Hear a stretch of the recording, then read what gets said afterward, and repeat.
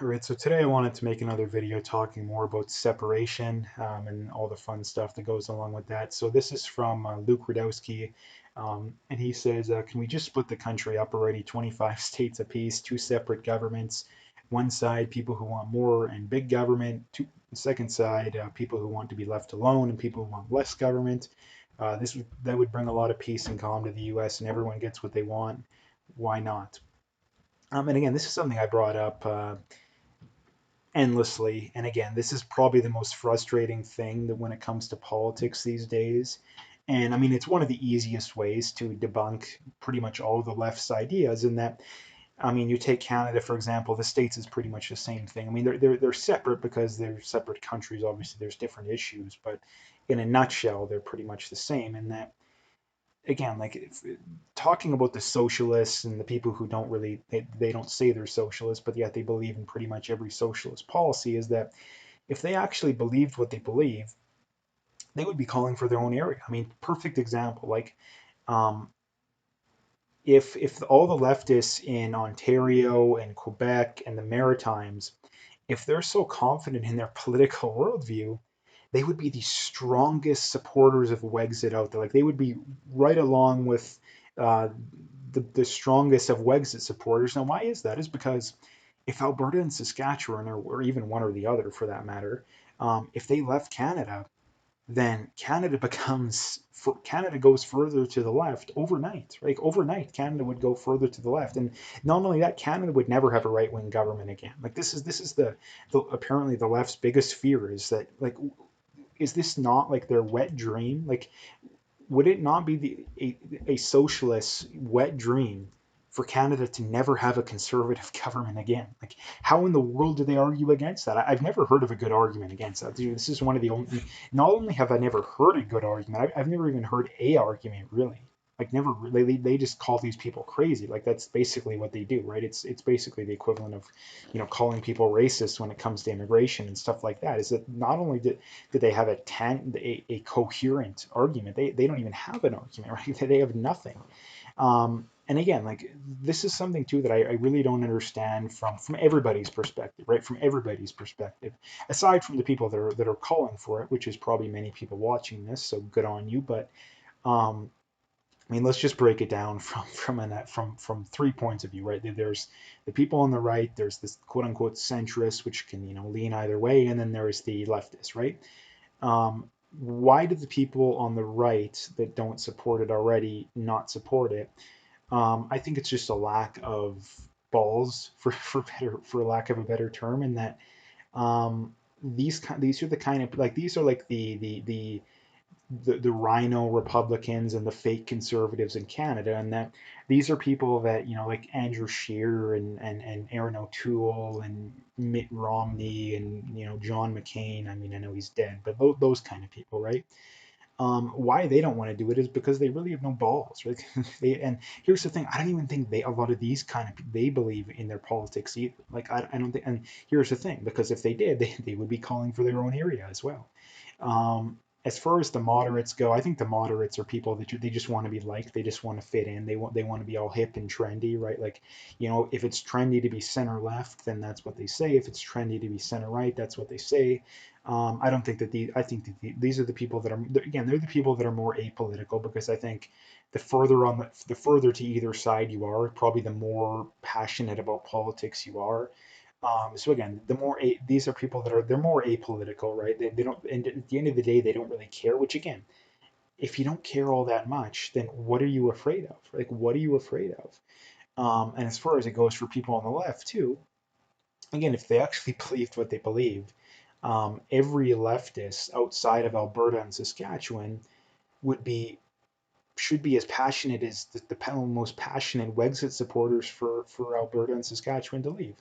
And as far as the people within Alberta and Saskatchewan go, well, you got some options. Like, you got some options. Number one, move to literally any other province, right? Like, it's not like you only can move here. Like, this is the only option you got. Because again, if you're a right winger in Canada, you pretty much got two options, right? And not to mention too, if you live in Edmonton or Calgary, and I don't know as much about Saskatchewan, but something tells me Regina and Saskatoon are not exactly bastions of the free market. Same goes for Edmonton and Calgary, right? Because, I mean, if you look at rural Saskatchewan and rural Alberta, those places are as right wing as you can possibly find. I mean, you look at these elections and the conservative candidate wins by, three, four, five times the amount of votes as the next person, right?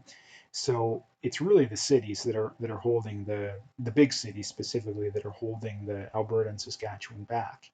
Um, but again, so I basically debunked like there's no reason that literally anybody should be against it. Like I said, if you live in Alberta and Saskatchewan, well, you can either move, um, or two, I mean, at the end of the day, you don't really care, or three, um, why would you not want to? And here's the thing, like maybe even Alberta separates too. This is another thing that I think would work too. Is I don't even know that there should be two areas. Like why not three, four, five, six? Like let the libertarians and the anarchists let them have their area. Let the more moderate right wingers have their area. Let the center left people have their area, and let the socialists and the communists have their area.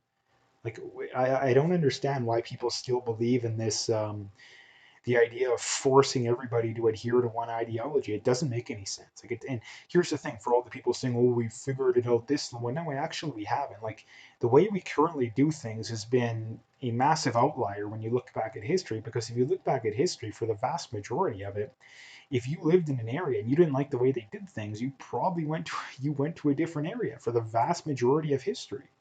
So the way we do things right now is actually the complete outlier, and a lot of people think that it's the other way around when in reality it isn't.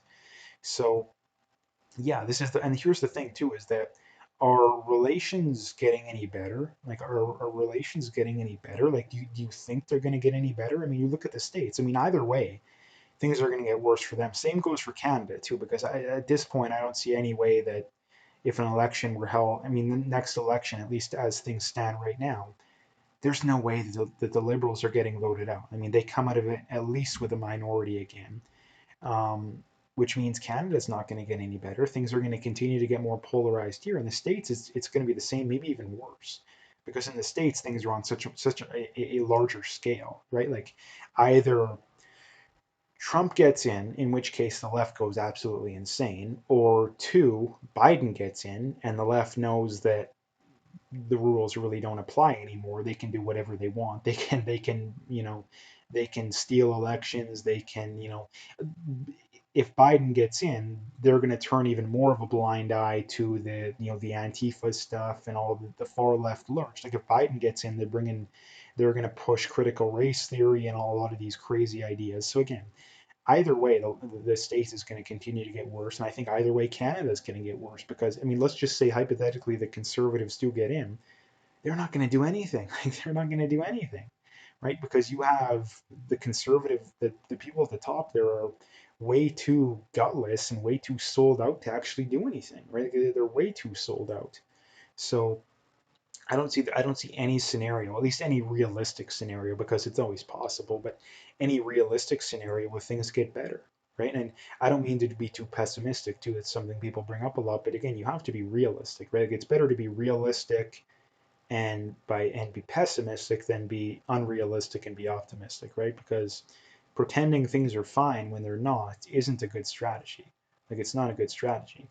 And it's like I say too, for all the people that disagree, like I'd really like to hear a good argument from every side, like every political point of view.